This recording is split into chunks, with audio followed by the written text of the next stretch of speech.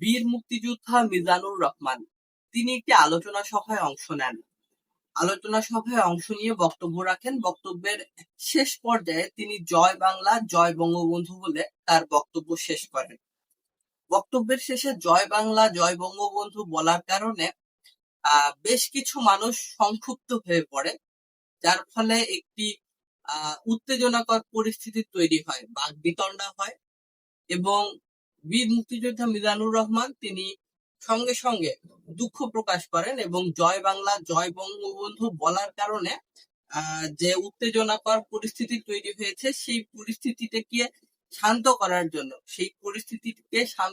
জন্য তিনি সকলের নিকট দুঃখ প্রকাশ করেন এবং ক্ষমা চান এবং ভুলবশত অনিচ্ছাকৃতভাবে তিনি জয় বাংলা জয় বঙ্গবন্ধু বলেছেন বলে তিনি দাবি করেন। তারপরেও আসলে সমস্যার সমাধান হচ্ছিল না। ঘটনাটা কোথায় ঘটেছে বলুন তো? ঘটনাটি ঘটেছে উত্তরবঙ্গে, অর্থাৎ নওগাঁ জেলায় নিয়ামতপুর উপজেলার হাজীনগর যে ইউনিয়ন পরিষদ রয়েছে, সেই ইউনিয়ন পরিষদের 2026-27 অর্থ বছরের যে উন্মুক্ত বাজেট আলোচনা চলছিল, সেই উন্মুক্ত বাজেট আলোচনায় স্বাগত বক্তব্য দেন বীর মুক্তিযোদ্ধা মিজানুর রহমান। তিনি তার বক্তব্যের শেষে জয় বাংলা জয় বঙ্গবন্ধু বলেন এবং সেখানে যখন তিনি জয় বাংলা জয় বঙ্গবন্ধু বলে তার বক্তব্য শেষ করলেন, উপস্থিত জনতা তার এই বক্তব্যের প্রতিবাদ জানায় এবং তৎক্ষণাৎ তিনি অজ্ঞতাবশত ভুলবশত জয় বাংলা জয় বঙ্গবন্ধু বলেছেন বলে দাবি করেন এবং তার এই বক্তব্যের জন্য তিনি দুঃখ প্রকাশ করেন এবং ক্ষমা প্রার্থনা করেন। কিন্তু উত্তেজিত জনতা এই তার দুঃখ প্রকাশ করা, ভুলবশত বলা, ক্ষমা চাওয়ার মধ্যেই বিষয়টিকে শেষ করে দিতে পারতো, কিন্তু তারা সেটি করেনি। তারা সেই বীর মুক্তিযোদ্ধাকে লাঞ্ছিত করেছে, অপমানিত অসম্মানিত করেছে এবং ডায়াসে উঠে মাইকে ঘোষণা দিয়ে ক্ষমা চাইতে বাধ্য করেছে। তো একজন বীর মুক্তিযোদ্ধা কোনো একটি অসংলগ্ন কথা বলার কারণে পরবর্তীতে দুঃখ প্রকাশ করার পরেও তার সঙ্গে যে অসৌজন্যমূলক আচরণ করা হয়েছে, তাকে যে লাঞ্ছিত এবং অসম্মানিত করা হয়েছে, এটিকে কেন্দ্র করে উপস্থিত জনতা আবার ক্ষেপে ওঠে এবং স্থানীয়দের মধ্যে, অর্থাৎ নওগাঁ জেলার নিয়ামতপুর উপজেলার হাজীনগর যে ইউনিয়ন রয়েছে, সেই ইউনিয়নের মানুষের মধ্যে একটি ক্ষোভ এবং উত্তেজনা বিরাজ করছে এবং তারা এই ঘটনাটিকে বেশ নেতিবাচক ভাবেই দেখছেন এবং এই ধরনের ঘটনা তারা অনাকাঙ্ক্ষিত বলেই মনে করছেন। প্রিয় দর্শক, এখানে একজন ব্যক্তির নাম এসেছে যিনি মাকলাহাট গ্রামের বাসিন্দা আলাউদ্দিন।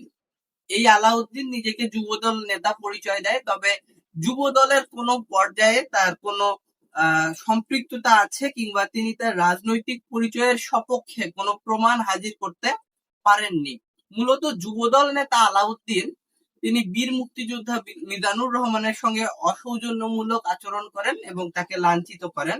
এই বিষয়ে ইউনিয়ন বিএনপি সভাপতির সাথে কথা বলা হয়েছে। তিনি বলেছেন যে আলাউদ্দিন আসলে বিএনপির বা যুব দলের কেউ না, তিনি একজন সুবিধাবাদী লোক। সুবিধা নেওয়ার জন্য তিনি যুব দলের নাম ব্যবহার করেন এবং বীর মুক্তিযোদ্ধা মিজানুর রহমান তিনি বলেন যে স্লোগান দিয়ে এই স্বাধীন বাংলাদেশে জন্ম হয়েছে, সেই স্লোগান আজকে সময়ের পরিক্রমায় এই স্লোগানটি ব্যবহার করা যাচ্ছে না বা স্লোগানটি দেওয়া যাচ্ছে না। তাই বলে এই স্লোগান দেওয়ার জন্য একজন বীর মুক্তিযোদ্ধার সঙ্গে যেরূপ আচরণ করা হয়েছে, সেই আচরণ নিঃসন্দেহে অনাকাঙ্ক্ষিত এবং এই ধরনের আচরণ অপমানজনক বলে তিনি মন্তব্য করেছেন। এবং নওগাঁ জেলা মুক্তিযোদ্ধা সংসদের আহ্বায়ক সিরাজুল ইসলাম এই বিষয়টিকে দুঃখজনক বলে অভিহিত করেছেন এবং মুক্তিযুদ্ধের মূল স্লোগান ছিল এটি। যদিও পরবর্তী সময়ে এর অপব্যবহার নিয়ে বিতর্ক সৃষ্টি হয়েছে, কিন্তু একজন বীর মুক্তিযোদ্ধাকে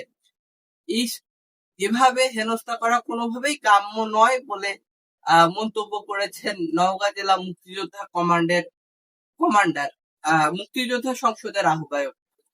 প্রিয় দর্শক, এই ছিল জয় বাংলা জয় বঙ্গবন্ধু স্লোগান দেওয়াকে কেন্দ্র করে এক বীর মুক্তিযোদ্ধাকে সুবিধাবাদী আলাউদ্দিন, যিনি নিজেকে যুবদল নেতা পরিচয় দেন, তার করা অসৌজন্যমূলক আচরণের যে খবর সেই খবর আপনাদের সঙ্গে তুলে ধরলাম।